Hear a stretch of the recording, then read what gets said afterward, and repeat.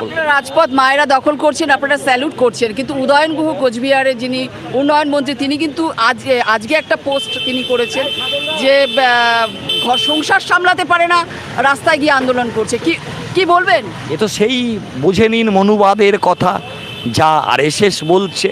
আমরা তো বলছি, কারণ কথা কেন একজন মন্ত্রী বলেন জানি না, কারণ এটা যদি বলেন আমাদের লজ্জা। একটা সময় সবাই বলতো what's Bengal thinks today all over India thinks tomorrow. আজকে আমার রাজ্য বলছে সংসার সামলাতে পারে না। আমরা প্রধানমন্ত্রী, রাষ্ট্রপতি প্লেনে উঠছে, মহাকাশে যাচ্ছে, অর্ধেক নর আর নারী ছাড়া কোনো উন্নতি হবে? ফলে এ কথা কেন বলছেন আমি জানি না, কথা কেন বলছেন। তবে এটা ঠিক যে মা বোনেরা সহ্য করতে করতে করতে করতে আজকে কিন্তু সোচ্চার হয়ে রাজপথে এসেছেন। আপনি তাকিয়ে দেখুন, কে ডাকলো দেখে না, সোশ্যাল মিডিয়ায় দেখছেন হু হু করে মা বোনেরা বেরোচ্ছেন। অনেকেই শাসক দলকে ভোট দিয়েছেন, তারাও বলছে উই